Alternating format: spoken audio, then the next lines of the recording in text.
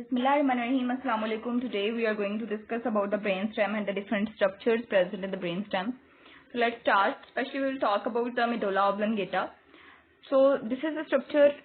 ये जो आपको नजर आ रहा है, this is the structure of the brainstem. ठीक है.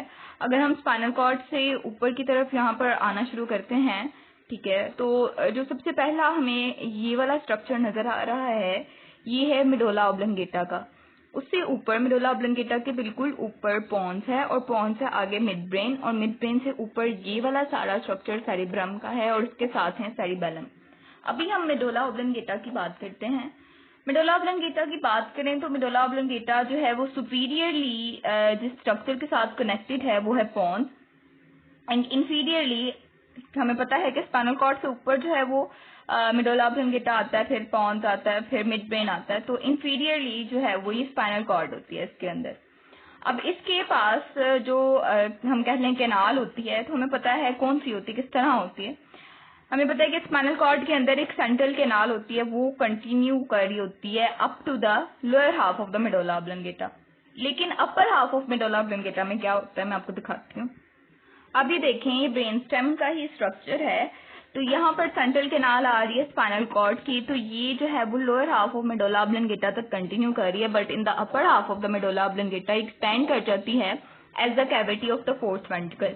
अब ये जो मेडुला ऑब्लोंगेटा होता है ये कॉन शेप्ड स्ट्रक्चर होता है. अब इसके हम एंटीरियर एंड पोस्टीरियर स्ट्रक्चर्स की बात करेंगे. इससे पहले मैं आपको एक बात बता दूं कि इंफीरियरली हमें पता है स्पाइनल कॉर्ड के साथ कंटिन्यू कर रहा होता है.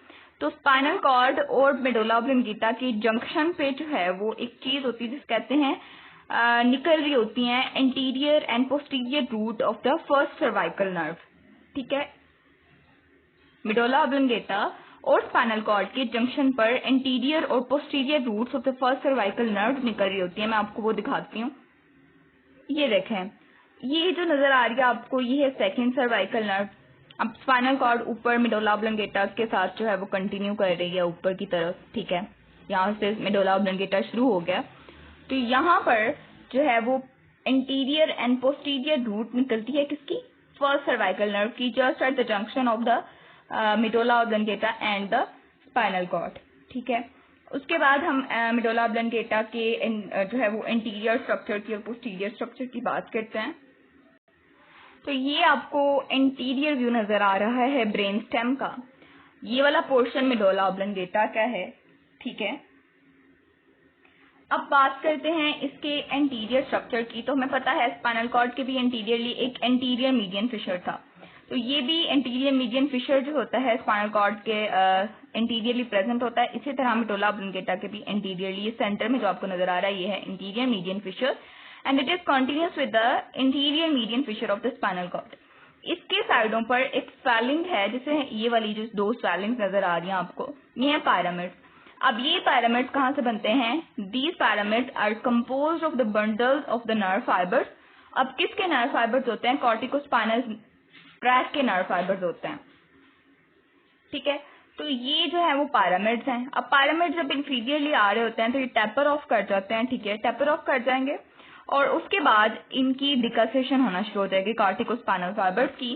तो ये दिखाया हुआ है, ये वाला जो एरिया है, this is the डिकसेशन of pyramid. ये हो गए पायरामिड ये वाले, और this is the डिकसेशन of pyramid. अब पायरामिड के बिल्कुल पोस्टीरियरली ओलिव्स होते हैं. ठीक है, जो कि एलिवेशंस हैं which are produced due to the inferior olivary nucleus of the medulla oblongata. अब पायरामिड और ओलिव के दरमियान एक ग्रूव होता है और उस ग्रूव से हाइपोग्लॉसल नर्व जो है वो अराइज कर रही होती है. तो ये इसका इंटीरियर स्ट्रक्चर हो गया.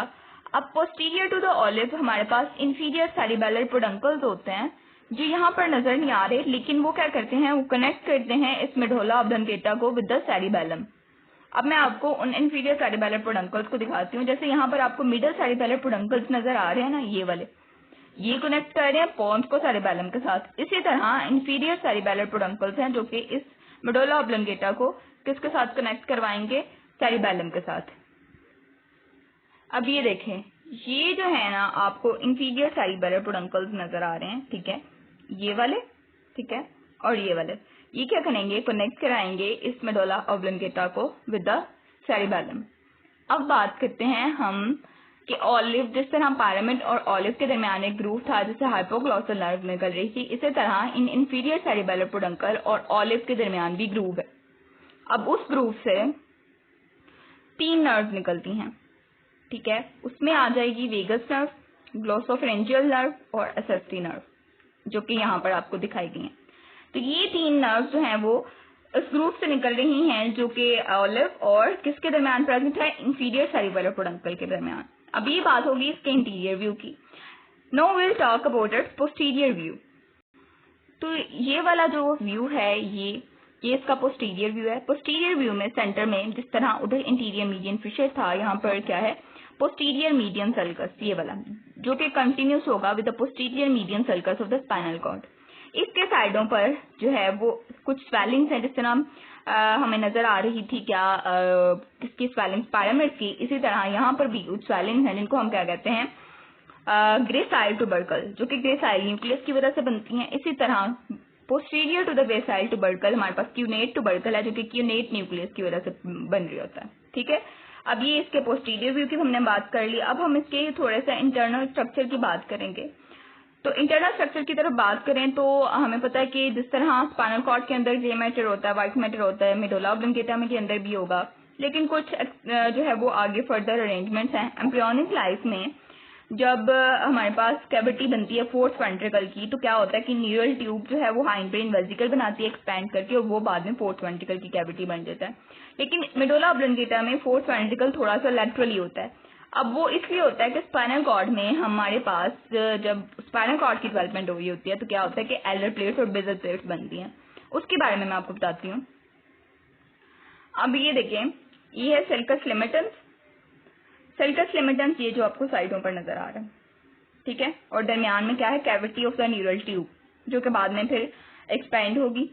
अब इसके एलर प्लेट, अब ये देखें, ये हमें जो इधर नजर आ रही हैं, ठीक है, इसके साइडों पर, ठीक है, ये वाली जो है वो बेजल प्लेट है, ये वाला, और ये जो है एलर प्लेट्स हैं, जो कि इसके इंटीरियरली एंड पोस्टीरियरली हैं। अब ये स्पाइनल कॉर्ड है।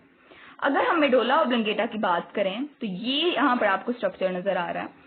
इसमें जो एलर प्लेट्स हैं, ठीक है, सॉरी, ये वाली बेजल प्लेट्स हैं और ये एलर प्लेट्स, ये मीडियली एंड लैटरली हैं। इस डेविएशन की वजह से जो है वो थोड़ा सा जो है वो स्ट्रक्चर वेरिएशंस आती हैं, जिसके वजह से क्या होता है कि लैटरल स्प्रेड हो जाता है, जो कि इन्होंने यहाँ पर लिखा हुआ है कि ये देखें कि lateral spread of the fourth ventricle results in the alteration in the position of the derivatives of the alar and basal plates of the embryo, कि फोर्थ वेंट्रिकल का लेटरल स्प्रेड हो रहा है, जिसकी वजह से बाद में एलर और बेजल प्लेट्स की जो है वो डेरिवेटिव्स की पोजीशन जो होती है वो डिफरेंट होती है। अब बात करते हैं नेक्स्ट इसके हम इंशाल्लाह इसके इंटरनल स्ट्रक्चर की, जो है वो उसको 4 लेवल्स पर हम इसके इंटरनल स्ट्रक्चर को पढ़ेंगे। हम फर्दर इनके एक स्ट्रक्चर को दो करके इंशाल्लाह नेक्स्ट वीडियोस में डिस्कस करेंगे। I hope so you like the video. If you have any query you can ask me. Thank you for watching.